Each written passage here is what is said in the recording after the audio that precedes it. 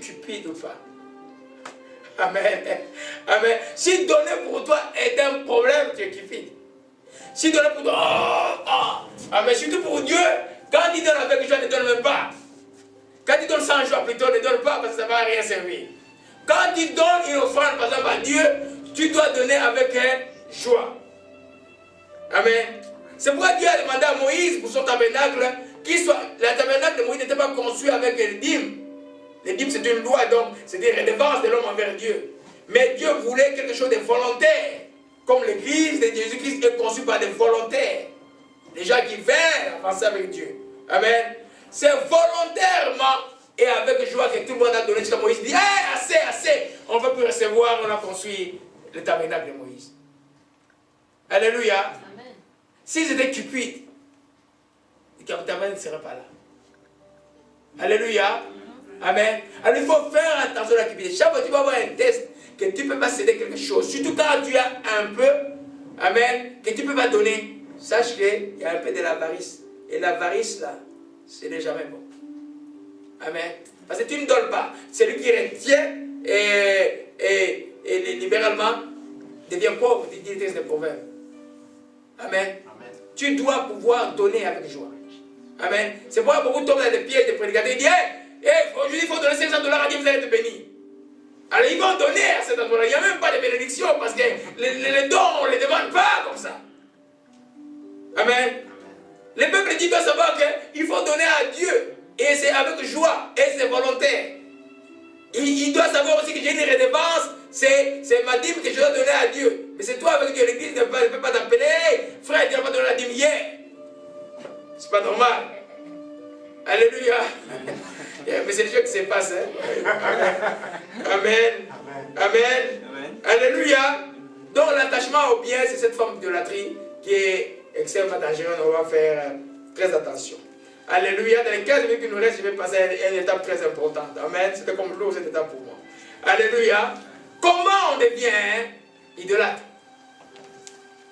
Alléluia. Amen. Tu vas te dire, oh non, mais mon voisin là, il est hindouiste, il est idolâtre. Mais comment toi qui vis chrétien, qui vis à Calcutta, qui vis en Inde, ou qui vis même au Congo là, et comment tu peux retrouver un jour tu peux devenir idolâtre? Le premier chemin pour devenir idolâtre, c'est le voisinage. Amen. Le voisinage. Être en compagnie des idolâtres. S'asseoir avec les idolâtres. Converser et passer le temps avec les idolâtres. Alléluia. Amen. Alors dans Deutéronome 6, on a beaucoup dans Deutéronome 6, verset 10 et 14, rapidement. Deutéronome 6, verset 10 et 14. Amen. Frère Nari, tu vas beaucoup nous lire aujourd'hui. Deutéronome 6, verset 10 à 14, rapidement. Deutéronome 6, 10 à 14. Amen. L'Éternel, ton Dieu, te fera entrer dans les pays qu'il a juré à tes pères, à Abraham, à Isaac et à Jacob, et t'est donné. Tu posséderas des grandes et de bonnes villes que tu n'as point bâties, des maisons qui sont pleines de toutes sortes de biens et que tu n'as point remplies, de citernes creusées que tu n'as point creusées, des vignes et des oliviers que tu n'as point plantés. Lorsque tu mangeras et te rassasieras, garde-toi d'oublier l'Éternel qui t'a fait sortir du pays d'Égypte, de la maison de la servitude. Tu craindras l'Éternel ton Dieu, tu le serviras et tu jureras par son nom. Vous n'irez, amen. Amen, allez-y. Vous n'irez point après d'autres dieux, d'entre les dieux de peuples qui sont autour de vous, car l'Éternel ton Dieu est un Dieu jaloux au milieu de toi. La colère de l'Éternel ton Dieu s'enflammerait contre toi et il s'exterminerait de dessus la terre. Amen. Amen. Vous n'irez point d'autres dieux. Amen. Vous avez vu que l'histoire d'Israël, après, malgré l'avertissement de Dieu, beaucoup sont allés vers d'autres dieux. Et les hauts lieux étaient partis à Israël. Quand tu es entouré d'idolâtres, tu as un grand risque de devenir idolâtre. Parce qu'il y a en toi, il y a quelque chose qui est idolâtre, qui est la chair. Vous savez que même si tu es né de nouveau, la chair reste là. C'est quand tu marches selon l'esprit que la présence de la chair est anéantie. Si tu marches pas selon l'esprit, la chair sera toujours là. Alléluia. Alors quand tu es entouré avec les gens qui sont charnels, qui sont idolâtres, tu dois faire extrêmement attention. Amen. Nous voyons encore le psaume 1, verset 1 Alléluia. Amen. C'est ça, vous connaissez ça par cœur, non? Il dit quoi, les Psaumes 1, verset 1 à 2? Amen. Il dit quoi? Heureux l'homme qui ne marche pas selon le conseil des méchants, qui ne s'arrête pas sur la voie du péché, qui ne s'assied pas en compagnie de moqueurs. Quand j'ai enseigné sur les symptômes de l'orgueil, on a vu que l'orgueilleux était moqueur. Je vous dis qu'il y a un lien étroit, presque identique, qui entre l'orgueilleux et l'idolâtre. Tout orgueilleux est idolâtre. Amen. Quand ils s'assoient avec ces gens-là, ils sont imbus d'eux-mêmes. Ils sont idolâtres de leur corps, idolâtres de leur travail. Ils parlent que de ça tout le temps. À un moment donné, toi, tu vas te rendre compte que tu deviens comme eux. Alléluia. Amen. Alors, c'est pourquoi Paul dit dans 1 Corinthiens 15, verset 30, vous connaissez, ne vous y trompez pas, les mauvaises compagnies corrompent les bonnes messes. Tu t'assois avec quelqu'un qui est idolâtre. Tu vas être idolâtre. Amen. Quelqu'un qui parle de l'argent, tout le temps, l'argent. Jamais pas de dire l'argent. Tu vas devenir comme lui. C'est facile que tu détiens l'obsession d'argent. Amen. Mais les gens ne règlent pas tout. Amen. On a tous des amis qui ont de l'argent, qui gagnent par an 800 000 $. Ils gagnent beaucoup d'argent. Il va te dire que plus tu as l'argent, plus tu en auras besoin. Alléluia. Alors, nous devons comme enfants de Dieu, ou bien tu vas avoir les gens qui vont dire, non, moi je suis chrétien, mais je peux m'asseoir avec les hindous, il n'y a pas de problème. Ta seule raison de s'asseoir avec les idolâtres, hindous et tous les autres, c'est de leur annoncer Christ. Si c'est pour l'amitié, il n'y a pas d'amitié entre toi et eux. Amen. Vous savez que c'est l'esprit qui fait la vie des noms. Ton esprit qui a nié. Quand on dit tu es chrétien, ce n'est pas un étiquette, c'est une vie. Lui, il est hindou, c'est une vie. Vous voyez les sociétés, comment elles sont définies. Ma fille était en Inde, elle a vu que les cœurs déjà étaient très durs. C'est par rapport à la religion qui est là-bas. Amen. Partout, la religion, la religion dans les bons termes de Dieu, la relation avec Dieu qui est enseignée dans une région, détermine même les tempéraments et les attitudes des gens. Et quand tu vas te soir avec ces gens-là, ou par exemple, qui tiennent les femmes comme les esclaves, un jour tu vas t'étonner, tu commences à tenir ta femme comme un esclave. Alléluia. Amen. Cette grande phrase de Paul, les mauvaises compagnies corrompent les bonnes mœurs, ça concerne amplement sur l'idolâtrie, tout ce qui est du mal. Alléluia. Tu ne peux pas t'asseoir avec l'idolâtrie. Oh non, il prie l'air des Indiens, et puis moi je suis là. Non, il peut faire des traditions au village, là chez nous, bon, moi je suis là, ça veut dire non. Alléluia. Non. Tu n'es plus dans la tradition. Je vous ai dit comme toutes les histoires des clans africains, c'est de l'idolâtrie. Parce que les liens des clans viennent par le sang, les sacrifices du sang, et tout est diabolique. Les gens n'ont pas le droit de dire, mais c'est diabolique. Alléluia. Amen.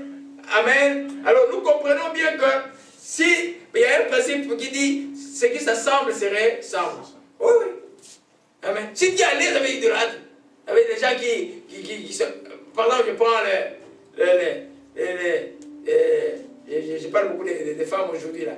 Amen. Tu es avec des amis, tes amis là, leur causerie, ça ne dort pas Dieu. Ils parlent des choses inutiles, ils sont dans la recherche de je ne sais pas quoi, des soucis de je ne sais pas quoi. Tout le temps, ils sont c'est des gens dont l'esprit, l'idole du monde est sur eux. Mais parce que c'est des amis que vous avez étudié ensemble pour rester amis. Vous n'êtes pas amis. Quand vous êtes chrétien, tu ne peux pas avoir un ami et un non-croyant. Tu ne peux pas avoir un ami et un non-croyant. Ton seul point de contact avec lui, c'est de l'aider pour qu'il vienne en Christ. Moi, je le fais avec tous mes amis. Alléluia. Amen. Parce que tu finiras tôt ou tard par échoir ta fermeté. Et à faire les mêmes choses qu'ils font. Alléluia. Donc, nous devons faire attention au voisinage. Amen. Ephésiens 5, verset 11, je vais vous dire quelque chose rapidement et puis nous allons passer. Amen. Donc, ne dites pas que, oh non, écoutez, mon ami là, c'est des hindous, et puis vous allez faire des vacances, vous allez pêcher ensemble. Faites attention. Lui prie son Dieu à côté, quand tu pries ton Dieu à côté, ça ne marche pas. Alléluia. Amen. Ephésiens rapidement. 5, verset 11. Alléluia. Il disait, ne prenez pas part aux œuvres infructueuses des ténèbres, mais plutôt condamnez-le. faut condamner l'idolâtrie. Alléluia. Toutes choses des choses, toute forme d'idolâtrie, nous allons le voir, que ce soit l'idolâtrie des statues, l'idolâtrie de la création. Amen. Ah, j'ai oublié de quelque chose de vous parler. Ah, Saint-Esprit, merci. Amen. Il y a une idolâtrie de la création qui est très forte, ça s'appelle l'environnementalisme aujourd'hui. Vous entendez que les gens appellent la terre comme mère, mère nature. Est-ce qu'il y a des mères nature? C'est la nature qui nous a créés. Ils croient que la nature nous a créés. Amen. Quand vous allez dans les études d'environnement, il faut faire très attention parce que tout le mouvement environnementaliste sont simplement des idolâtres de la nature. Au point même là, ils commencent à idoler, même tu peux même tuer un animal pour manger là. Hein? Dieu a dit de tuer les animaux et il ne fait pas tuer même un animal pour manger. Je veux bien revenir en arrière parce que j'avais écrit ça hier. Amen. L'environnement, le domaine de l'environnement est dans l'idolâtrie aujourd'hui, surtout que la terre est en train de s'effusionner. La terre que vous voulez ou pas, il va passer en lambeaux. On peut prendre soin de sa nature, on peut prendre soin de sa terre, mais on ne peut pas croire que notre vie vient de la terre. Parce que la terre est une création de Dieu. Alléluia. Amen. Alors, donc, c'est le deuxième moyen qui est le plus intéressant pour nous, c'est par ignorance. Beaucoup de gens ne condamnent pas ceux qui sont idolâtres, par exemple dans les sciences occultes et toutes ces choses-là. C'est beaucoup. C'est par ignorance. Même il y en a qui sont sorciers aujourd'hui par ignorance. Ils n'ont pas été en contact avec la vérité. Ou on les a présenté une fausse chrétienté. Ou on prie seulement Dieu pour le salut éternel, pour les autres choses Dieu ne peut pas régler. Alors il cherche des moyens entre temps, mais moi j'ai un problème. Comment j'ai fait? On dit, mais va au coin, va le vieux là-bas, il va t'aider. Et puis le vieux là-bas va t'initier à autre chose. Amen. Alors, c'est par ignorance. Osez, vous connaissez le texte 4, verset, il dit, mon peuple est détruit parce qu'il lui manque la connaissance. C'est pourquoi la chrétienne doit avoir la connaissance. Amen. Je vous ai parlé de l'histoire de ma petite sœur à Londres qui allait prier quelque part. Elle prie, elle est née de nouveau là. Elle a déjà prié pour les gens, les serpents se sont dit la vie des corps des gens. Elle a vu des choses, cette petite sœur là. Mais cette fois-là, une femme jamaïcaine a invité des fois, ils allaient prier parce que les voisins, l'église était loin. On lui dit, on va vous laver les pieds. Son cœur lui dit, non, non, on ne donne pas des pieds. Et elle refuse. La deuxième fois, elle refuse. La troisième fois, elle ne sait même pas comment on a levé ses pieds. Elle a commencé à être malade des pieds, elle m'a appelé ici. Pour comprendre pour elle. Vous voyez, ça c'est une chrétienté, ça. Laver les pieds que Jésus a enseigné, c'est pas mal laver les pieds. C'est vous servir comme on fait là. C'est servir, de vous servir les uns les autres. Hein? Alléluia. Amen. On a lavé les pieds, mais ses pieds sont malades. Mais maintenant, grâce à Dieu, elle a été délivrée. Alléluia. Par ignorance. Amen. Je vous avais lu la fois passée le texte de... J'ai dit que oh, les réformistes vont me tirer de pasteur Laurent de Ville. Les textes de sagesse dans la Bible de Jérusalem. Il n'y a pas un meilleur texte qui définit l'idolâtrie que ça dans la Bible de Jérusalem ou de Tov. Je sais que tout le monde n'est pas d'accord dessus, mais moi je le lis quand même. Alléluia. Ça explique mieux la pensée de Paul dans le premier chapitre des Romains. Amen. Et sagesse 13, verset 1 dit, vains par nature tous les hommes qui, en se trouvant dans l'ignorance de Dieu, qui en partant des biens visibles, n'ont pas été capables de connaître celui qui est, et qui, considérant toutes les œuvres, n'ont pas reconnu l'artisan qui est de Dieu. C'est ce que Paul dit dans le texte de Romains. Je prends ce texte-là comme... Quand je lis le texte de sagesse, prenez ça comme si je lisais la pensée d'un prédicateur qui est sérieux. Amen. Ça s'explique très bien le texte de Romains chapitre 1. Alléluia. Je vais lire rapidement ici.